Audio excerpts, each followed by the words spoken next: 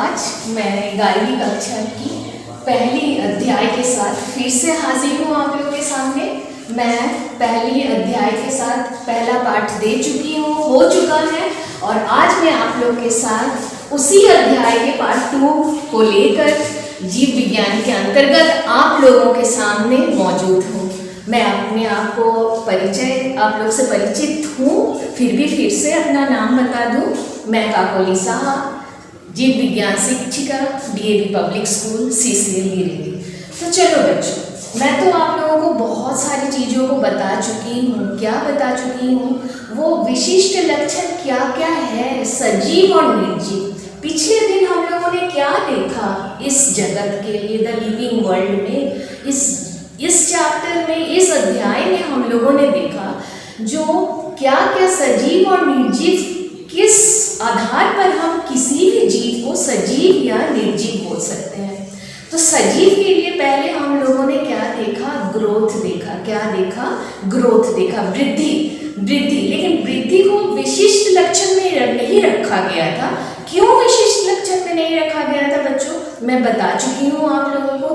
क्योंकि एक सजीव चीज की तो ग्रोथ की बात होती ही है, वृद्धि की बात होती ही है, लेकिन निर्जीव में भी वो पहाड़ी की चोटी या रेत का टीला हम लोगों ने डिस्कस किया था बाकायदा। सारी चीज को डिटेल्स में हम लोगों ने लेकर आगे बढ़ रहे थे। तो क्या देखे थे आप लोग? जो वो निर्जीव भी थे लेकिन फिर भी उनमें क्या देखा गया था? वृद्धि देखा गया था, इसीलिए उसको विशिष्ट लक्षण में नहीं रखा गया था। सेकंड जो क्राइटेरिया था या लक्षण था सजीव का, वो क्या था? सेकंड वाला जनन की प्रक्रिया, मतलब रिप्रोडक्शन। उसमें भी आप लोगों ने देखा था ना, क्या देखा था? जनन की प्रक्रिया में आप लोगों ने देखा था जीव है तो क्या है? सजीव है तो वो अवश्य, अति अवश्य जनन की प्रक्रिया से उसको गुजरना पड़ेगा। लेकिन फिर भी कुछ ऐसे जीव थे जिनमें जनन की प्रक्रिया नहीं देखी जाती है। जैसे एग्जाम्पल तो हम लोगों ने बताया ही आपको, इनफर्टाइल कपल्स के बारे में बताया, उसके बाद खच्चर के बारे में बताया था। तो ये सारी चीज़ों तो इसीलिए उस जनन की प्रक्रिया को भी विशेष लक्षण में नहीं रखा गया था। लेकिन कुछ था, जैसे मेटाबॉलिज्म था, सेल्फ कॉन्शियसनेस था, ये सब कुछ लक्षण थे जो कि सिर्फ सजीव के लिए सटीक बैठते हैं। तो उन चीज़ों को पीछे रखकर अब हम लोग आज कुछ नए चीज़ों के साथ आगे बढ़ते हैं और चलो देखते हैं। तो आज हम लोग क्या देखने वाले बच्चे जानते हो?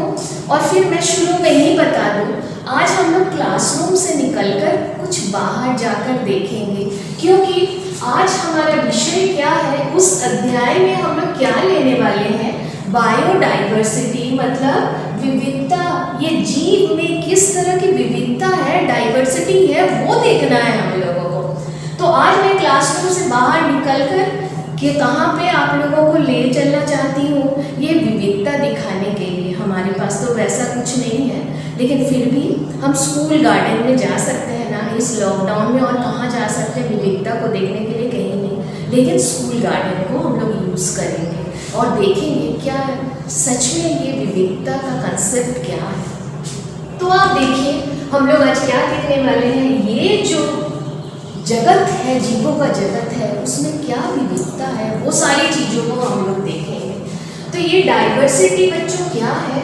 इस पृथ्वी पर पाए जाने वाले समस्त जीवों की जातियों की संख्या, मतलब इस पृथ्वी पर पाई जाने वाली, उसकी संख्या को हम लोग नहीं गिन रहे हैं, उसकी संख्या को वाकई नहीं। मान लो आम का पेड़, आम बगीचा है, आम का पेड़ है, कितने आम का पेड़ है? 10 आम की पेड़ है। तो उसको हम जैव विविधता में नहीं उसको ले सकते हैं। क्यों नहीं ले सकते हैं? क्योंकि हमको उसकी संख्या को नहीं देखना है, किस चीज़ को देखना है? उसकी जातियों को देखना है, उसकी प्रजातियों को देखना है। इसलिए जैव विविधता में हम लोग क्या देखेंगे? सिर्फ संख्या को नहीं गिनेंगे, क्योंकि संख्या से वो विविधता नहीं आता है बच्चों, वो प्रजातियाँ, जातियाँ, उससे विविधता आता है। तो इसीलिए क्या है, जैव विविधता पृथ्वी पर पाए जाने वाले समस्त जीवों की जातियों की संख्या, मतलब इसी आम का कितने सारे मतलब स्पीशीज हैं वो आप देखोगे, वंश जाति है, मतलब कितने सारे स्पीशीज हैं, कितने सारे जातियां हैं, वो वैरायटीज है जिसको हम कंसिडर कर सकते हैं। किस में कंसिडर कर सकते हैं? किसी में नहीं, सिर्फ जैव विविधता में। किसमें कर सकते हैं? जैव विविधता में। तो इसीलिए ये हम इंग्लिश में भी एक बार आप लोगों को बता दें, what is biodiversity? Various species of plants and animals, various species of plants and animals. तो हमेशा संख्या नहीं देखोगे, जाति देखोगे। क्या देखोगे? जाति देखोगे। सिर्फ आम का पेड़ गिनने से नहीं होगा, लेकिन उसकी जाति को, उसकी स्पीशीज को देखना पड़ेगा, तभी हम इस जैव विविधता के कंसेप्ट को सही मायने में आगे लेकर बढ़ सकते हैं। तो आशा रखती हूँ इतना समझ गए होंगे। तो इस जैव विविधता को देखने के लिए मतलब इतनी सारी प्रजातियां, जातियां, मतलब सच में ये सोचना हर रोज एक नया खोज। तो इसी की पढ़ाई के लिए ये सब चीज जानकारी एक दूसरे ब्रांच, इस बायोलॉजी विषय में एक दूसरी शाखा में इसकी पढ़ाई की जाती है। उस ब्रांच ऑफ बायोलॉजी को हम लोग क्या बोलते हैं? टैक्सोनॉमी। क्या बोलते हैं? टैक्सोनॉमी। ये जो इतनी जातियां, प्रजातियां कैसा है, उसको कैसे, किसके साथ हम मिलान करेंगे, किसके साथ फर्क करेंगे, क्या खोज है, ये सारी चीज़ों को क्या बोलते हैं? टैक्सोनॉमी को। एक नया ब्रांच नहीं, बहुत ही मतलब सोचो, ये फादर ऑफ टैक्सोनॉमी किनको कहा गया है? Carolus Linnaeus. बहुत ही इंपॉर्टेंट सवाल है, प्रश्न है, इसलिए इसको याद रखोगे। तो ये एक ब्रांच ऑफ बायोलॉजी है, सब याद रखोगे। उसको क्या बोलते हैं? Taxonomy. What it is known as taxonomy. और ये क्या है? वर्गीकी और या वर्गीकरण विज्ञान है। What is taxonomy? वर्गीकी या वर्गीकरण विज्ञान है। और इस टैक्सोनॉमी के तहत इस ब्रांच, मतलब ये जो जीव विज्ञान का ये ब्रांच है, इस ब्रांच में बच्चे क्या किया जाता है? जीवों की पहचान की जाती है। जीवों की पहचान की जाती है। पहचान हो गई, उसके बाद उसके नामकरण की कोशिश की जाती है, नामकरण किया जाता है। उसके बाद उसको क्या किया जाएगा? पर्टिकुलर पोजीशन दिया जाएगा, मतलब क्लासिफाई किया जाएगा। और इसी को हम क्या बोलते हैं? टैक्सोनॉमी। क्या बोलते हैं? टैक्सोनॉमी। इसके जनक कौन है बेटा? फादर ऑफ टैक्सोनॉमी कौन है? Carolus Linnaeus. हमेशा याद रखोगे, who is the father of taxonomy? Carolus Linnaeus. तो this is one of the most important branch, in which subject? In biology. इसलिए जीव विज्ञान में, क्योंकि इसी ब्रांच के तहत बेटा हम लोग क्या करते हैं? ये जो जैव विविधता है उसमें से हम लोग क्या करते हैं? जीवों की पहचान करते हैं, उसके नामकरण करते हैं, फिर उसको किस पोजीशन में रखना है, क्या करना है, वर्गीकरण करते हैं, और उसको हम लोग क्या बोलते हैं? टैक्सोनॉमी। तो इंग्लिश में भी इसका डेफिनेशन मैं आपको बता दूं, टैक्सोनॉमी एम्स एट आइडेंटिफाइंग। क्या है टैक्सोनॉमी का मतलब? वो क्या है? वो ब्रांच क्या चीज से जुड़ा हुआ है? कुछ से नहीं, पहले आइडेंटिफाइंग मतलब पहचान से, दूसरा क्या है? नामकरण से, और तीसरा क्या है? जब पहचान हो गया, नामकरण हो गया, तब क्या हो जाएगा? उसको हम सही पोजीशन दे पाएंगे, क्लासिफाई कर पाएंगे कि उसको किस में रखना है कि नहीं? वो डिवीजन हम लोग देखेंगे जो उसको हम लोग कहाँ रख पाएंगे। क्योंकि इस विविधता के कारण हम लोग एक एक जीव को एक एक जगह पे अलग अलग नहीं रख सकते हैं, यह संभव बात है। इसलिए समानता के आधार पर क्या उसका अध्ययन किया जाता है, ये विविधता के आधार पर उसका अध्ययन किया जाता है। उसके बाद उसके समानताओं, विशिष्ट गुणों को देखा जाता है, या समानताओं को देखा जाता है दूसरे जीवों के साथ, या उसका फर्क को देखा जाता है। उसके बाद उसको क्या किया जाता है? तो वो तो तुम्हारा क्या हो गया? आइडेंटिफाइंग। वो समानता आपने देखी या डिफरेंसेस आपने देखी, तो आपको लगा इसको किसके साथ रखना चाहिए? रेप्टाइल्स के साथ रखना चाहिए, ये मैमल्स के साथ रखना चाहिए, क्योंकि कैरेक्टरिस्टिक आप लोगों ने 9वीं में पढ़ चुके हो ना ऑलरेडी, आपको बताया गया है क्या क्या कैरेक्टरिस्टिक हो सकता है रेप्टाइल्स में या एम्फीबियंस में। उसके बाद उसका एक नाम दिया जाएगा, साइंटिस्ट जब उस पर काम कर रहे हैं तो जरूर कुछ खोज करके उसका एक नाम देंगे, और उसके बाद उसको कौन सा पोजीशन देना है, उसको कहाँ पर रखना है, वो चीज़ देखना है। क्या देखना है? वो चीज़ देखना है। तो आज हम लोग फर्स्ट चीज जो देखे जैव विविधता, मतलब इसकी पढ़ाई के लिए जो ब्रांच जरूरी है वो ब्रांच कौन सा है जीव विज्ञान में, वो है टैक्सोनॉमी। कौन सा है? वो है टैक्सोनॉमी। चलो और एक ब्रांच और एक वर्ड यूज करते हैं हम लोग इस अध्याय में, वो क्या है? सिस्टमेटिक्स। चलो हम लोग देखते हैं सिस्टमेटिक्स क्या है। सिस्टमेटिक्स, तो ये सिस्टमेटिक्स पहले तो आप लोगों ने देखा टैक्सोनॉमी, आप लोगों ने क्या देखा? टैक्सोनॉमी। अब आप लोग क्या देखने वाले हो? सिस्टमेटिक्स। तो देखो इस सिस्टमेटिक्स के अंतर्गत आप क्या करते हो? जीवों के प्रकार और विविधता का अध्ययन करते हो। जीवों के प्रकार और विविधता का अध्ययन करते हो। तो ये सिस्टमेटिक्स और टैक्सोनॉमी दोनों क्या है? दोनों क्या है? दोनों एक दूसरे से मिले हुए हैं। दोनों क्या है? एक दूसरे से मिले हुए हैं। और ये जो आप हम लोग वर्गीकरण कर रहे हैं, टैक्सोनॉमी को कंसिडर कर रहे हैं या सिस्टमेटिक्स को कंसिडर कर रहे हैं, तो ये किस लिए कर रहे हैं? दो चीज, ये वर्गीकरण के लिए या क्लासिफिकेशन के लिए दो सिद्धांत है, दो मौलिक सिद्धांत है। वो मौलिक सिद्धांत कौन कौन सा है? पहला क्या है? पहचान। क्या है? पहचानना है। क्या करना है? पहचानना है। क्योंकि टैक्सोनॉमी में तुम लोग पहले ही बोल चुके हो ना, हम लोग सीख चुके हैं ना, क्या करना है? पहचान करना है। कैसा पहचान? तो हम आप लोग को बता चुके हैं। सिमिलैरिटीज देखना है, डिससिमिलैरिटीज देखना है, कैरेक्टर्स देखना है। हम एक छोटे से एग्जाम्पल के साथ आप लोग को बता देते हैं, क्योंकि आप लोग 9वीं में पढ़ चुके हो आर्थ्रोपोडा के बारे में, तो आप लोग पढ़ चुके हो ना। तो मैक्सिमम जो इंसेक्ट्स हैं, कीड़े मकोड़े हैं, वो कहाँ पे है बच्चों? आर्थ्रोपोडा में। किसमें है? आर्थ्रोपोडा में। और इस आर्थ्रोपोडा में इसका खास जो लक्षण है वो क्या है? Jointed appendages. वो तुम एक कॉकरोच ले लो, कॉकरोच क्या है जानते हो ना?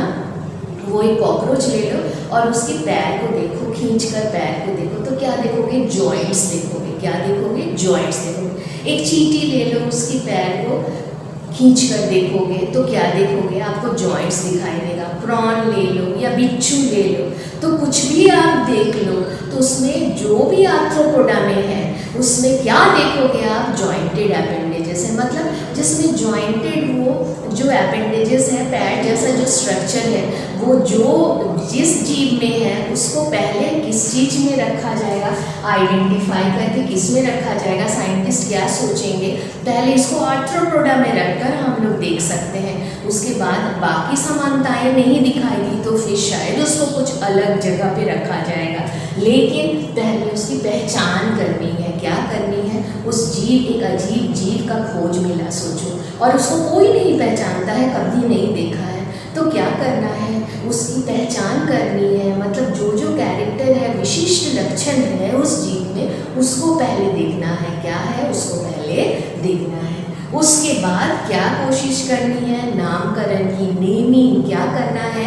नेम देना है, उसको एक नाम देना है जो हाँ इसको ये लक्षण पाया गया, पहचान हो गई है, उसका नाम करना है। और लास्ट आपका क्या है? क्लासिफाई करना। उसके बाद तो आप आराम से, इतना काम हो गया तो आप क्या करोगे? एक वर्ग में आप उसको आराम से रख पाओगे। तो ये है सारा चीज। पहले आप क्या लिए? टैक्सोनॉमी लिए, फिर हम लोग क्या पढ़े? सिस्टमेटिक्स पढ़े, और उसके बाद हम लोग क्या पढ़े? वर्गीकरण के मौलिक सिद्धांतों को पढ़े। वर्गीकरण के मौलिक सिद्धांतों को हम लोगों ने देखा। तो आज हम लोग और एक नया कंसेप्ट पे जाएंगे। वो नया कंसेप्ट क्या है वो हम लोग को देखना है।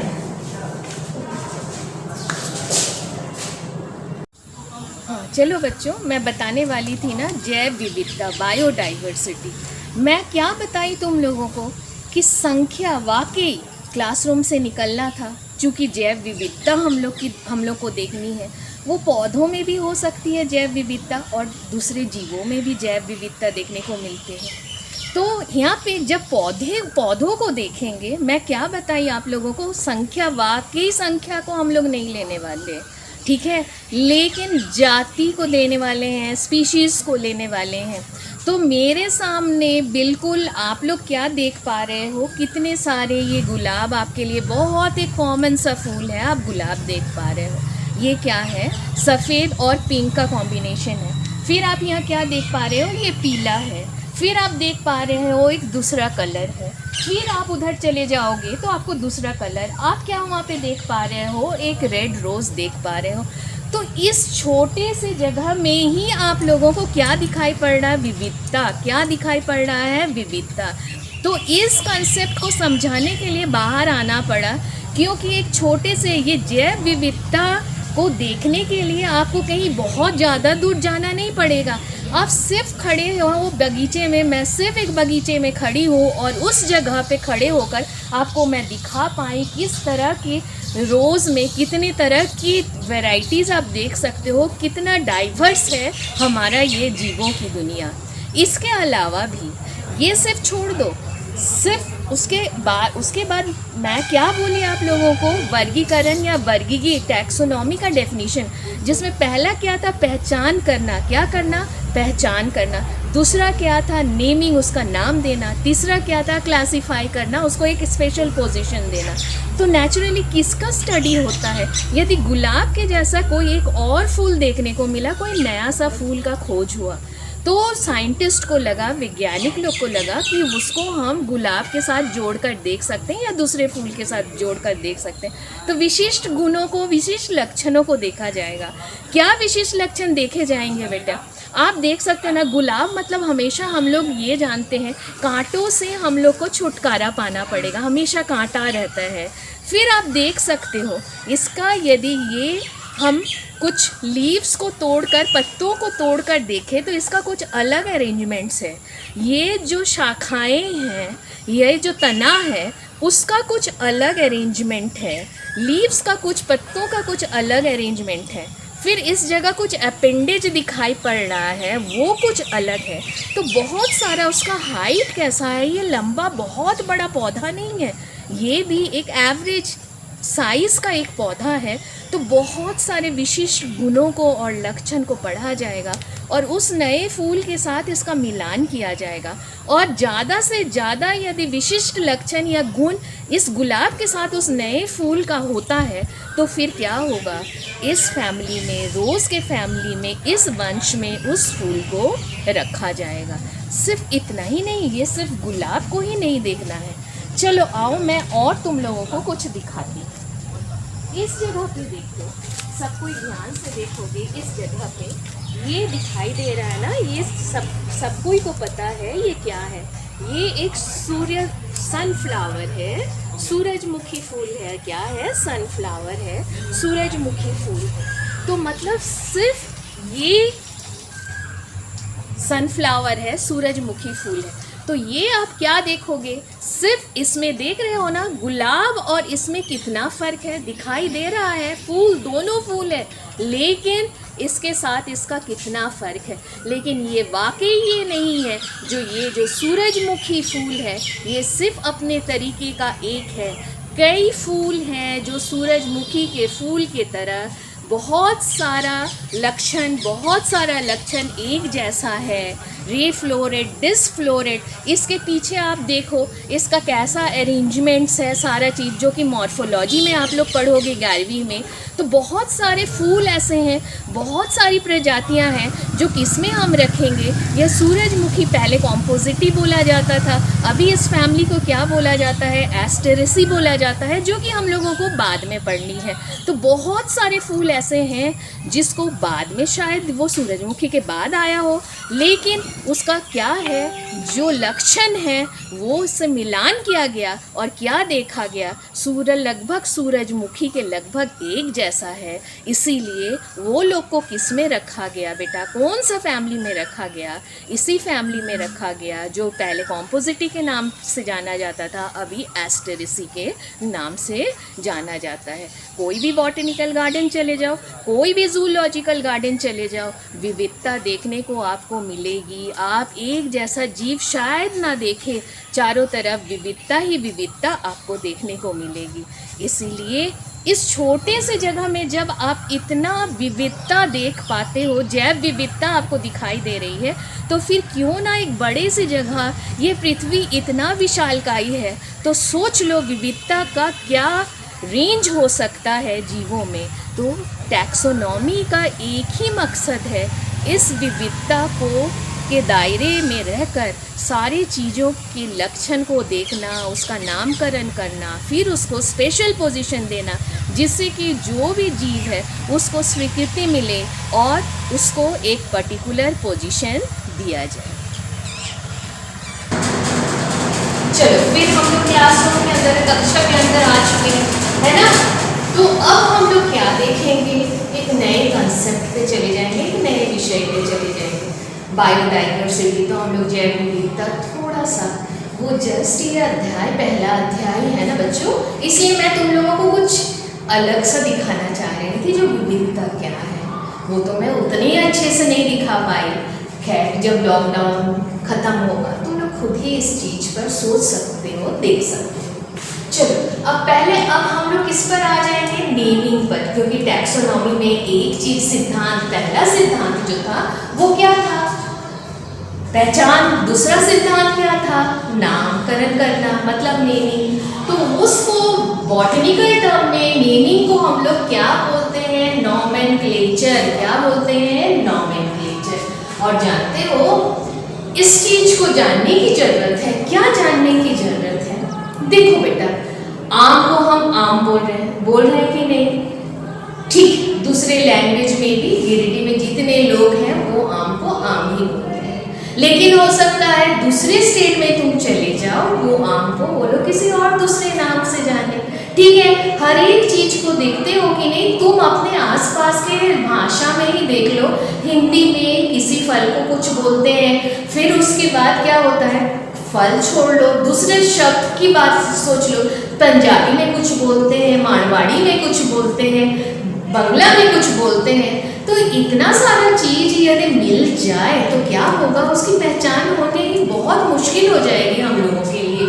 इसीलिए कोई भी जीव, ये जो जैव विविधता है या जीवों का पढ़ाई टैक्सोनॉमी ब्रांच है, यदि सारे साइंटिस्ट, कोई बंगाल से साइंटिस्ट पढ़ाई कर रहे हैं, कोई बिहार से, कोई झारखंड से, तो क्या करेंगे उन लोग अपने तरीके से अपना जिस जीव की पढ़ाई कर रहे हैं, जिस जीव की मतलब सारी रिसर्च वर्क में उन लोग अनुसंधान में लगे हुए हैं, तो क्या देखोगे, उन लोग तो अपने तरीके से अपना नाम बताएंगे, जो कि एक को समझ में आएगा, दूसरे को समझ में नहीं आएगा।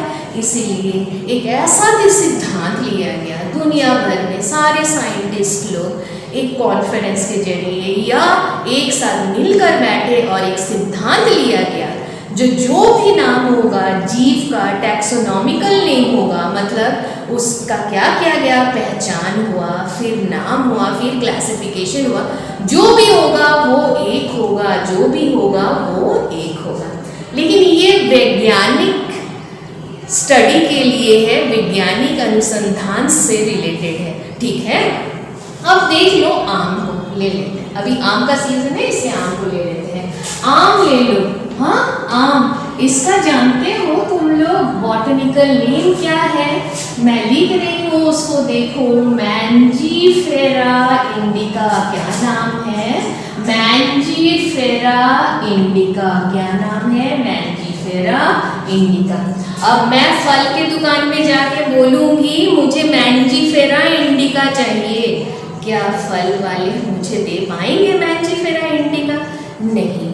तो ये वैज्ञानिक पढ़ाई के लिए, अनुसंधान के लिए क्या किया गया, सारे वैज्ञानिकों ने अपना एक कॉन्फ्रेंस के जरिए या जो भी हो, उसने एक सिद्धांत के तहत ये निष्कर्ष पे पहुंचा गया, जो भी साइंटिफिक नेम होगा वो क्या होगा, एक होगा, और वो दुनिया भर के साइंटिस्ट उस चीज को मानेंगे। जितने भी जर्नल्स है, रिसर्च वर्क है, अनुसंधान से रिलेटेड जितना चीज है, सब में आम का नाम क्या रहेगा बेटा, मैंजीफेरा इंडिका। क्या रहेगा, मैंजिफेरा इंडिका।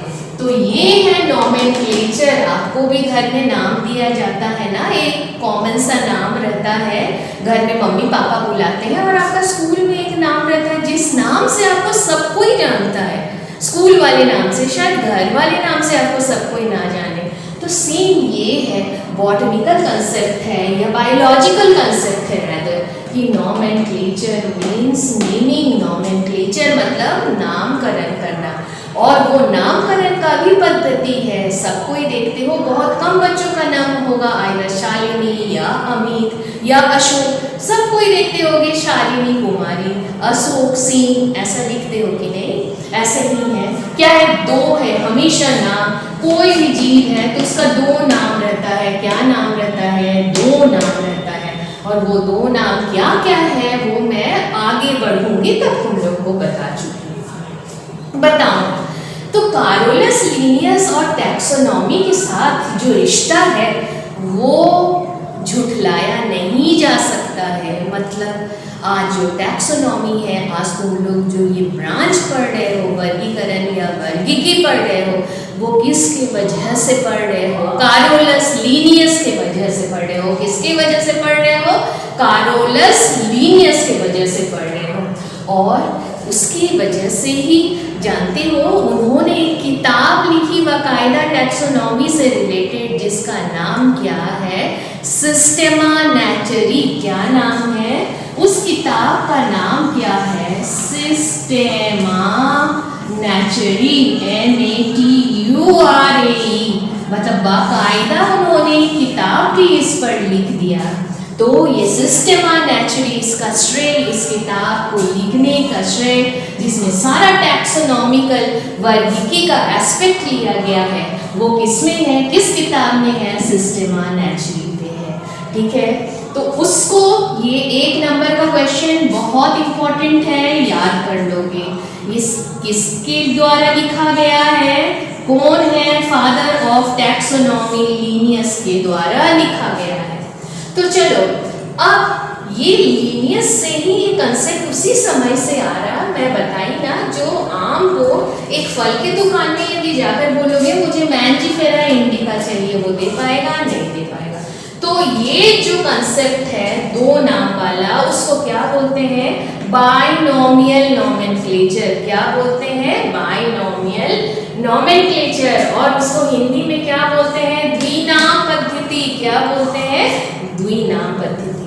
तो चलो इसको पहले देख लेते हैं कैसे। बाय मतलब दो। तो देख रहे हो ये एक है, और दूसरा कौन है?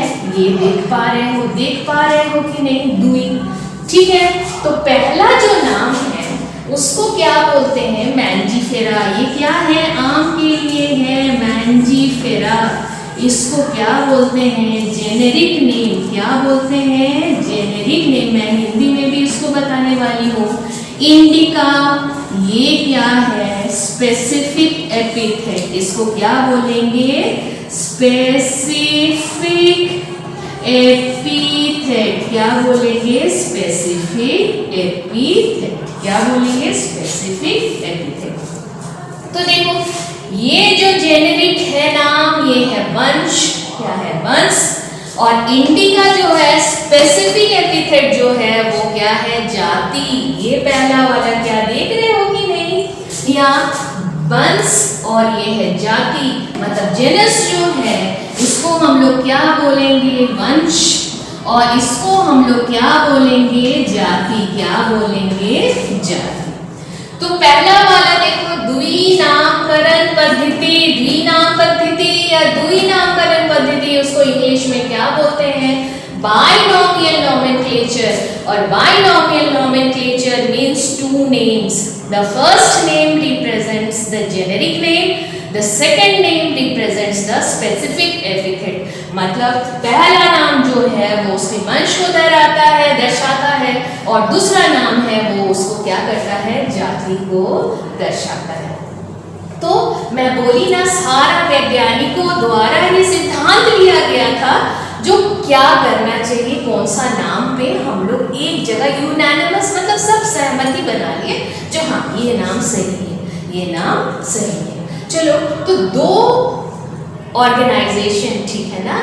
जैसे बोलते हैं ना, ये डिपार्टमेंट उसका है वो देखेगा, ये डिपार्टमेंट उसका है, सफाई का डिपार्टमेंट कोई और देखने वाला है, वो सफाई देखेगा।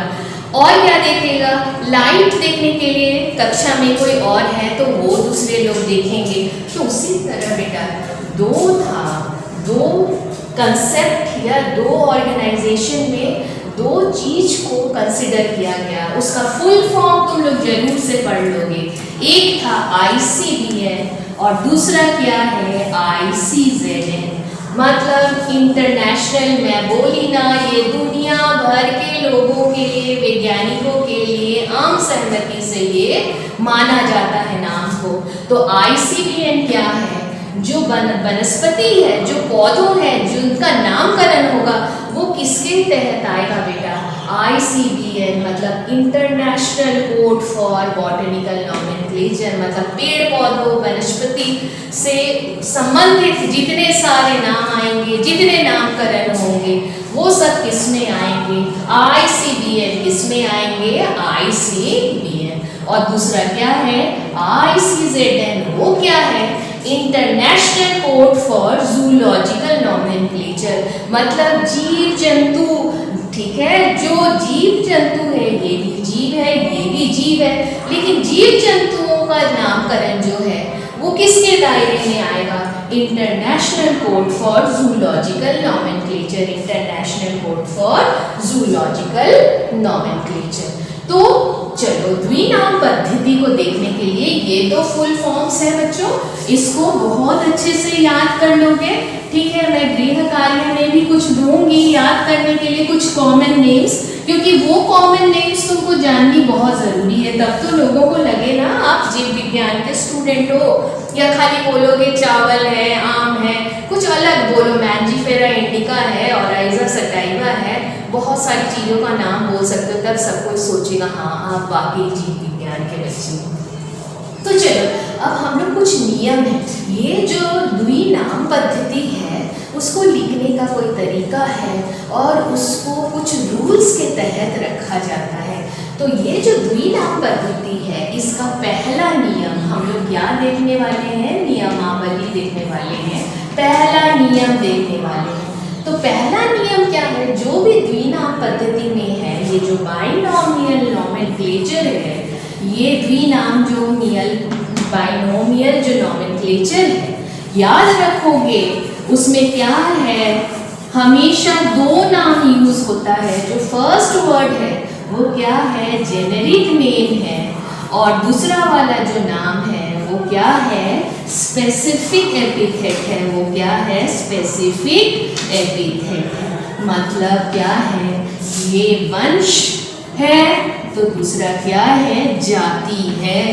यदि आप किसी चीज की बाइनोमियल नॉमेनक्लेचर को लिखते हो तो पहला नियम ये है, ये दो चीज को आपको देखनी पड़ेगी तभी आप लिख पाओगे। दूसरा नियम क्या है जानते हो, हमेशा बुक में क्या देखोगे, वो इटैलिक्स में लिखा रहता है, कंप्यूटर का प्रिंटेड है सारा, बुक्स के सारे अक्षर, आपके किताब के सारे अक्षर कंप्यूटर प्रिंटेड है ना बेटा।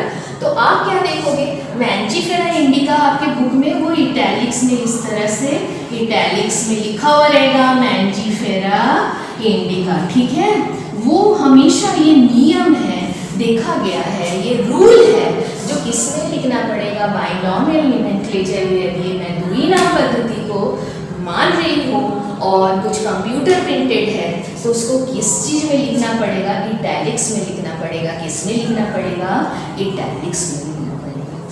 तीसरा जो है नियम वो है, जैसे मैं इसको ब्लैक बोर्ड में लिख रही हूँ, ये ग्रीन बोर्ड में लिख रही हूँ, तुम लोग भी अपनी कॉपी में लिखोगे, है ना, नोटबुक में लिखोगे, तो तुम लोग कैसा, ये तीसरा नियम है, कैसा लिखोगे, पहला जो जेनेरिक नेम है, वंश का नाम है, इंग्लिश में लिख रहे हो, हिंदी में लिख रहे हो तो कोई बात नहीं है, इंग्लिश में लिख रहे हो तो पहला नाम जो है वो क्या चीज से शुरू करोगे, कैपिटल लेटर से शुरू करना है। किससे शुरू करना है, कैपिटल लेटर से। जैसे मैंजीफेरा आम को लेकर हम लोग आगे बढ़ रहे हैं तो क्यों नहीं इसी को देके कैपिटल लेटर से शुरू करना है। और दूसरा वाला किससे शुरू करना है? स्मॉल लेटर से। किससे शुरू करना है? स्मॉल लेटर से। ये किसके लिए है? नॉर्मल तुम जब अपनी कॉपी में लिख रहे हो, मैं ग्रीन बोर्ड में लिख रही हूँ पढ़ाने के लिए, जब मैं नॉर्मल हैंडराइटिंग में लिख रही हूँ, हस्तलिपि में लिख रही हूँ, तब के लिए ये है। वो क्या है? मैंजीफेरा है। तो ये कैपिटल लेटर से स्टार्ट हुआ है बेटा, ये बड़े अक्षर से शुरू हुआ है। और जो हम जाति का नाम लिखेंगे वो किससे शुरू करेंगे? छोटे अक्षरों से शुरू करेंगे। और ये ध्यान रखना है, दोनों के बीच में क्या होना है? एक गैप होना है। सटा कर नहीं लिखना है, दोनों के बीच में क्या करना है? गैप रखना है। और क्या करना है? ये दोनों को अंडरलाइन करना है अलग से, मैंजीफेरा को अलग से, इंडिका को अलग से। यदि आप सारा चीज ठीक लिखे हो और उसके बाद आप अंडरलाइन करते वक्त क्या किए? इसको सीधा खींच दिए बेटा, तो फिर आपको नंबर नहीं मिलने वाले हैं। मतलब आपको ये द्विनाम पद्धति का नियमों का आपने पालन नहीं किया। इसीलिए हमेशा याद रखोगे, जब भी द्विनाम पद्धति को यूज करोगे, नॉर्मल हैंडराइटिंग में लिखो, पहला कैपिटल वर्ड से अक्षर से स्टार्ट करो, दूसरा स्मॉल लेटर से स्टार्ट करो, उसके बाद दोनों के बीच में एक गैप रखो। ऐसा नहीं है जो तुम्हारा नाम, if your name is Shalini Singh, तो आप लोग हमेशा ऐसा लिखते हो ना, starting with capital letter, then this also starting with capital letter, ये भी शुरू किए कैपिटल लेटर से। ऐसा हम बायनॉमियल नॉमेनक्लेचर में नहीं कर सकते हैं। तो 3 नियम आप, और एक चौथा नियम छूट रहा है। वो चौथा नियम क्या है? हमेशा जो नाम है, जैसे आम, ये किसके लिए है? ये किसका नाम है? बॉटनिकल नेम है, बायनॉमियल नॉमेनक्लेचर, ये किसका है? आम का है। हमेशा नाम के बगल में क्या लिखा रहता है? कुछ नाम लिखा रहता है। जैसे आम के बगल में क्या लिखा रहता है? लीनियस। क्या लिखा रहता है? लीनियस। तो ये लीनियस मतलब ये सारा नामकरण किसके द्वारा किया गया है? जिसने किया है उसका नाम, क्योंकि उनको भी तो कुछ मिलना, रिकॉग्निशन मिलना चाहिए ना बच्चों। तो कैसे लोग जाने जो मैंजीफेरा इंडिका का नामकरण कैसे हुआ? सोचो, उसके बगल में क्या लिखा हो? यदि वो लीनियस लिखा हुआ है तो क्या होगा? वो लीनियस के द्वारा किया गया है। ऐसा कभी कभी जानते हो, जैसे इंडिका, मतलब इंडिका इंडिया से संबंधित है। इंडिका नाम जो है ना, वो इंडिया से संबंधित है। तो बहुत सारी चीज़ों को कंसिडर करके लोग इसका नामकरण कर रहे हैं या किए हैं। तो फिर से मैं दोहराऊंगी, बायनॉमियल नॉमेनक्लेचर का पहला नियम जो है वो क्या है? 2 नाम लिखना है, जेनेरिक नेम और स्पेसिफिक एपिथेट, मतलब वंश का नाम पहले, फिर जाति का नाम। यदि आप कंप्यूटर प्रिंटेड है, बुक्स में देखोगे नाम, तो वो किसमें होगा? इटैलिक्स में होगा। किसमें होगा? इटैलिक्स में है। सारा लैटिनाइज नेम है मोस्ट ऑफ देम। तीसरा क्या है? आप जब नॉर्मल अक्षरों में या हैंडराइटिंग में अपनी नोटबुक में लिख रहे हो, तो पहला वाला जो है वंश का नाम, वो किससे स्टार्ट करोगे? कैपिटल लेटर से। और जाति का नाम किससे स्टार्ट करोगे? स्मॉल लेटर से। और दोनों के बीच में क्या करना पड़ेगा? आपको दोनों को अंडरलाइन करना पड़ेगा और दोनों के बीच में गैप देना पड़ेगा। और चौथा जो है मैं बताई, ये नाम के बगल में एक नाम आपको मिलेगा। वो नाम पौधे से नहीं रिलेटेड है या जीव से नहीं रिलेटेड है, वो नाम किससे रिलेटेड है? जिसने नामकरण किया, जिसने खोज किया, जिसने इसको नाम दिया, इसी से ये संबंधित सारी चीजें हैं। तो इसलिए ये बायनॉमियल या द्विनाम पद्धति को देखना बहुत जरूरी है। क्यों जरूरी है? बिकॉज ये बेसिस ऑफ टैक्सोनॉमी, ये आधार है टैक्सोनॉमी, वर्गीकरण का ये एक आधार है, जिसकी वजह से आज इतना सारा नाम और इतना सारा प्रोसेस चलता आ रहा है। इसके बाद मैं वर्गीकरण के लिए 7 वर्ग को देखना चाहूँगी। 7 वर्ग, हाँ, वो तुम लोग को एकदम याद कर लेना है और इसी ऑर्डर में याद करना है, क्योंकि मैं दूसरे दिन जब आऊँगी तब आप लोग को ये कंठस्थ होनी चाहिए। ये जो यहाँ पे मैंने दिखाई है ना बोर्ड में, ये कंठस्थ कर लेना पड़ेगा। पड़ेगा। सबसे नीचे से ऊपर ये हायरार्चिकल वर्गीकरण का है, मतलब सबसे बड़ा जो है, सबसे बड़ा बृहत जो जीव का जो क्लासिफिकेशन है उसको किसमें क्या बोलते हैं? जगत बोलते हैं, किंगडम बोलते हैं। मतलब यदि आप प्राणी ले लिए तो सारे प्राणी किसमें आ जाएंगे? प्राणी जगत में चले आएंगे। यदि आप वनस्पति पौधे ले लिए तो सारे पौधे किसमें? तब हम नहीं देखेंगे कि इस पौधे में फूल है, इस पौधे में फूल नहीं है, ये बीज से होता है या ये बिना बीज का भी हो सकता है, वेजिटेटिव प्रोपगेशन से हो सकता है। किसी आधार को हम नहीं देखेंगे, हम लोग सिर्फ जगत में क्या देखेंगे? ये पौधा है न ये प्राणी है, तो वो बृहत है, बहुत बड़ा जगत है। तो नीचे से ये जो क्लासिफिकेशन है, जो वर्गीकरण है, सबसे स्मॉल वंस आप लोग देखें ना यहाँ पे, उससे शुरू होता है। तो पहला क्या है? जाति। मैं चाहूँगी इसको आप लोगों ने बचपन से इसको बार बार 9 में 9वीं में ये पढ़ाया गया है, आपको याद होगा। फिर से मैं दोहरा रही हूँ क्योंकि इसके बाद वाले कक्षा में जो पार्ट 3 हम लोग लेने वाले होंगे, एक एक चीज़ की डेफिनेशन को हम लोग को देखना है। तो पहला क्या है? जाति। जाति के ऊपर हम किस में जाएंगे? वंश में। जाति is represented in English by species. वंश क्या बोलेंगे? जेनस।